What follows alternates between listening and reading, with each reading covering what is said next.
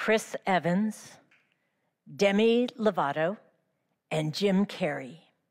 3 celebrities working to break the stigma of mental illness. Domestic violent extremist groups, particularly white supremacists, pose a growing threat to the United States. LeBron James is the face of the NBA, but who is next is up for grabs.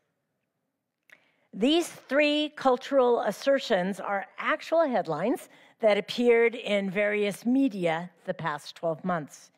And these headlines suggest that the mere face of a well-known person can represent a campaign, an organization, or even concepts or ideas. When we see iconic images, we associate them with ideas. So here are some possibilities. Einstein is the face of science or physics. Rosa Parks is the face of civil disobedience. Martin Luther King Jr. is the face of civil rights. Queen Elizabeth, the face of the United Kingdom. Lady Gaga is the face of pop culture. Abraham Lincoln, freedom. Shakespeare, face of literature. Sigmund Freud is the face of psychology. Beethoven, music.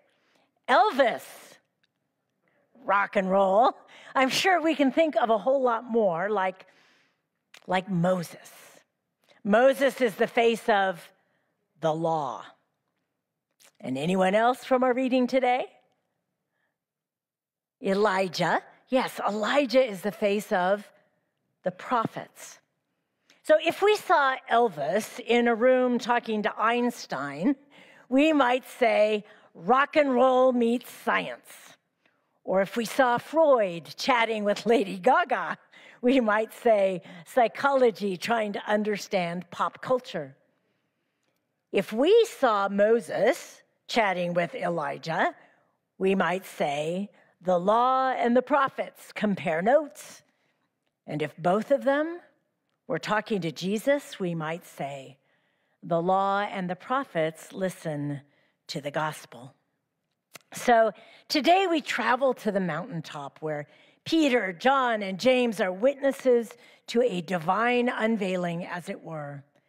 And we learn that God fully intends to unveil who God is through Jesus Christ and ultimately in every one of us. Enveloped in a cloud, we read, resulting in a deep awareness of God, that Jesus is the Christ and the one to whom we should listen. Mount Tabor is said to be the site of the transfiguration of Jesus.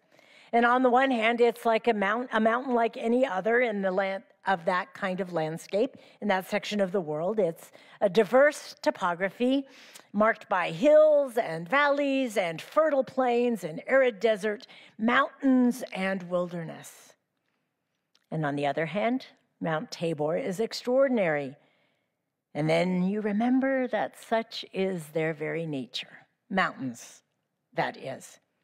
I have deep family roots in Utah, and I did my undergrad work in the shadows of the Wasatch Mountain Range, and I'm sure each one of you has your favorite range of mountains too.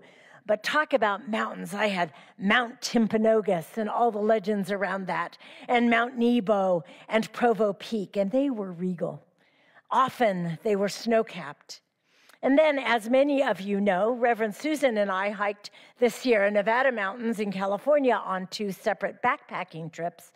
And mountains, for me, are particular, and they are poignant. They call us from the plains of our lives to invite majesty and awe, wonder and fear, the call to mind the heights of heaven, and yet the reality of the valleys below. Has anyone here had a special experience or awareness of God on a mountain? I think most of us, when we go away to a mountain, there is some sense that God is extraordinarily present in that place. And I would say that mountains do have a way of disarming you.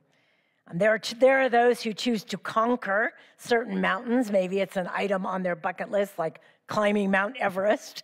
Or maybe it's simply a quest to get away into the mountains, to clear your head, clear your mind, and meet the needs of your life in a particular time. Mountains also have a way of disrupting you. They can change your framework, your way of seeing the world. Mountains just are. And they don't change because you're not feeling well on any particular day. They don't lie. They invite you into the challenge of being among them. They also have a way of transforming you because there are those mountaintop moments that we talk about that help us see reality and push us past maybe some previous convictions of how things are. It's one thing to think of hiking to 11,000 feet and planning for it and dreaming of it when you're hiking the John Muir Trail, for instance, like I did. It's another thing to carry a backpack on your back and to climb those steps and actually get to 11,000 feet. So mountaintops create spaces for perspective instead of justifying preconceived perceptions. They can change your way of interpreting or making sense of the world. So mountains, we might say, are permanent. Mountaintops, though, are fleeting. Mountaintops are temporary. They are momentary. And yet we so long for them to be lasting. And why is that? I mean, just think of mountaintop times when everything is going well. Your body functions the way it's supposed to function. Your children are all perfect.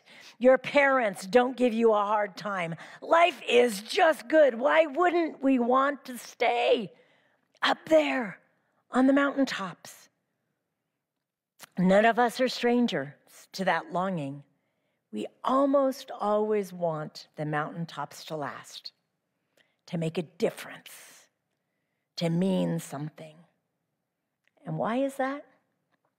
I'm sure there's lots of different reasons, but I do think we long for understanding.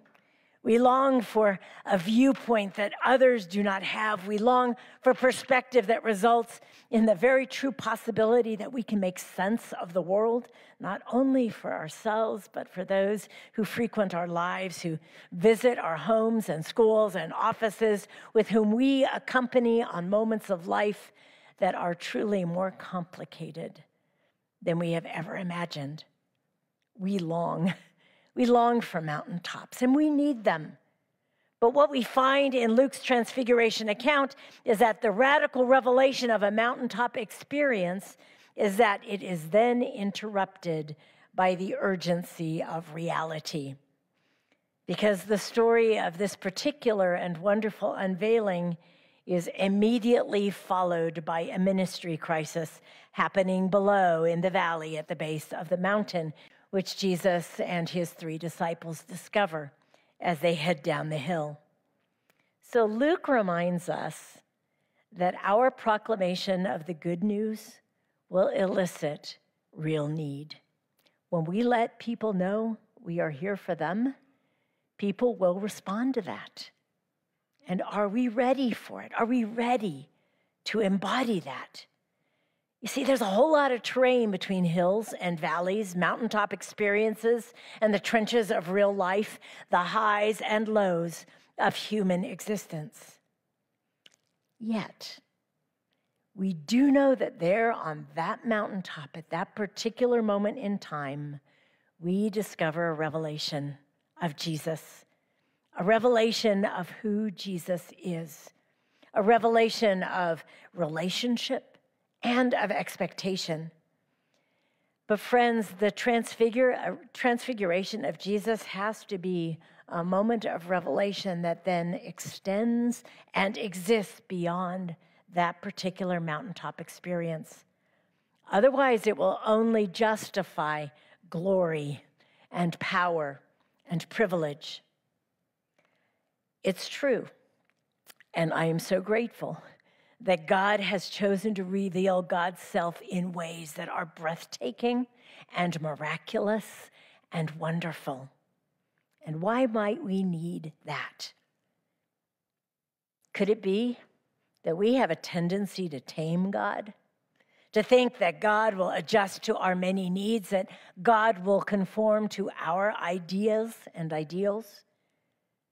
I think God has so much more in store for us as God unveils who God is, who Jesus is, and ultimately who we are.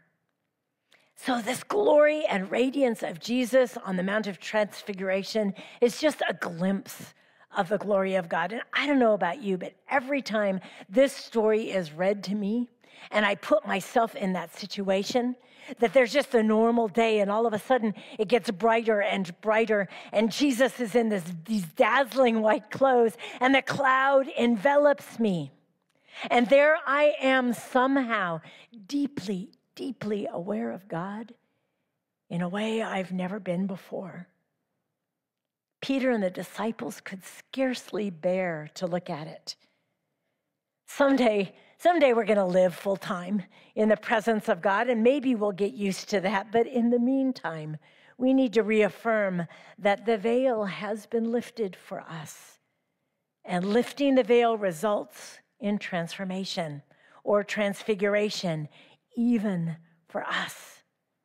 As the Apostle Paul tells us, and all of us, did you hear that?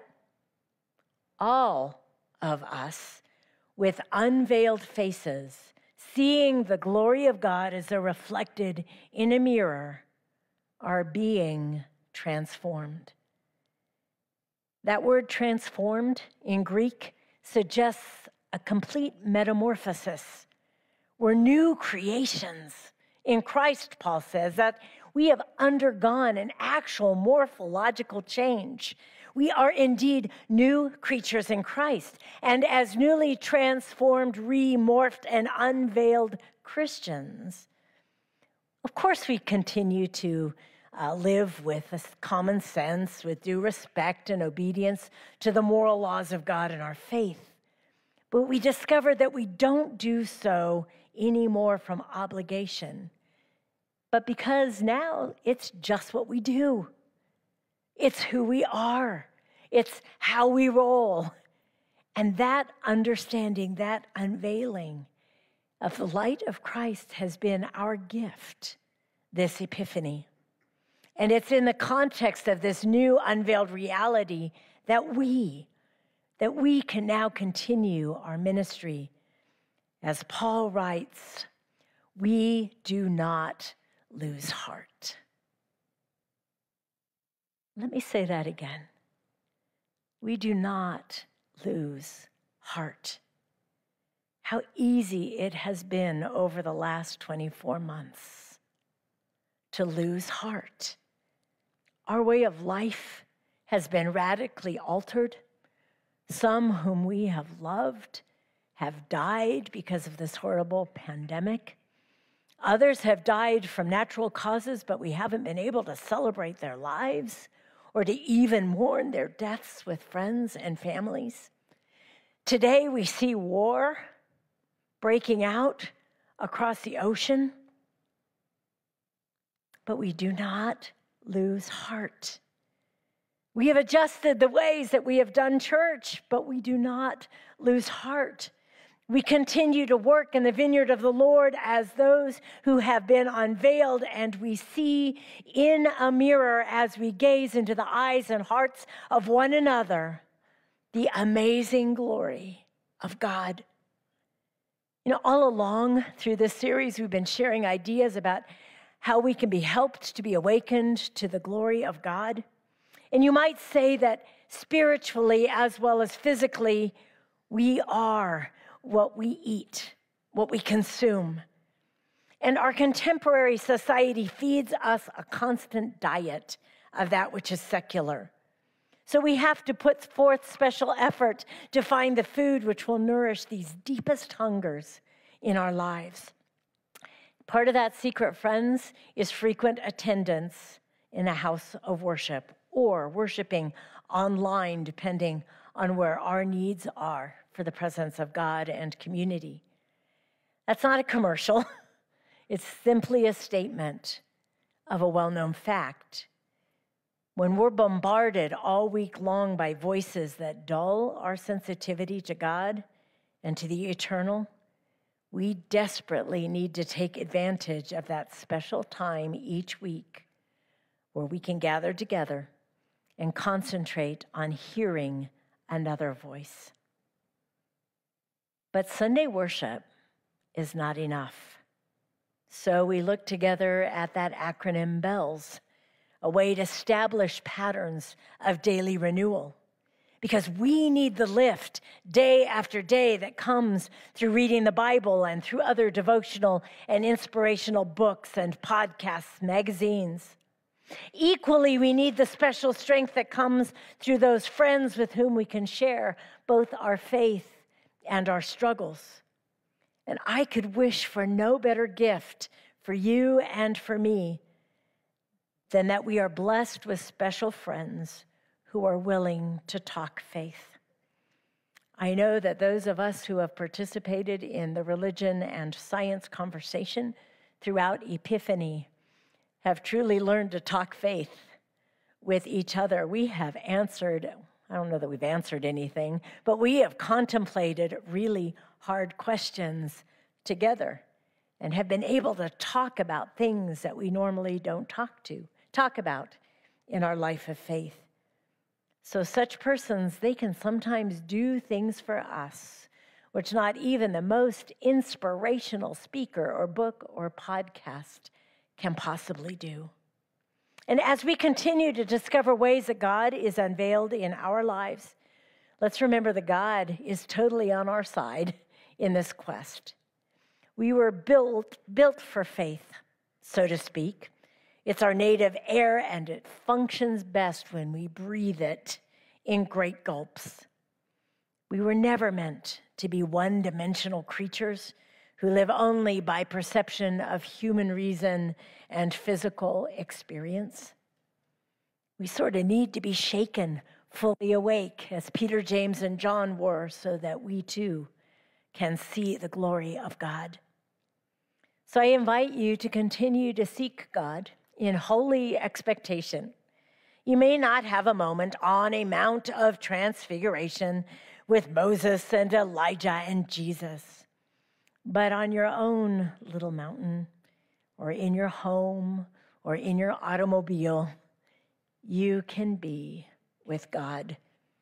And in that moment, you will be as blessed as were Peter, James, and John so long ago when they became deeply aware of God. Together, we will continue to find a sense of direction and confidence and identity and remember our belovedness in times when things are confusing, overwhelming, and unclear. We find that in Christ and through Christ, and it happens slowly, gradually, just like it did with Jesus as he grew in his own awareness of who he was and what his mission was in life and in the life to come. And as we understand a bit more of who God is in Christ and how that affects our own sense of call and vocation, transfiguration, and the unveiling of God, they all call us, every single one of us, to transition then into the season of Lent, which moves us from our unveiling and knowing about God into the inner work that we need to do to get ourselves ready for that call as we're gathered up in Jesus now and forever. Let's take a look at what this Lent will bring to us.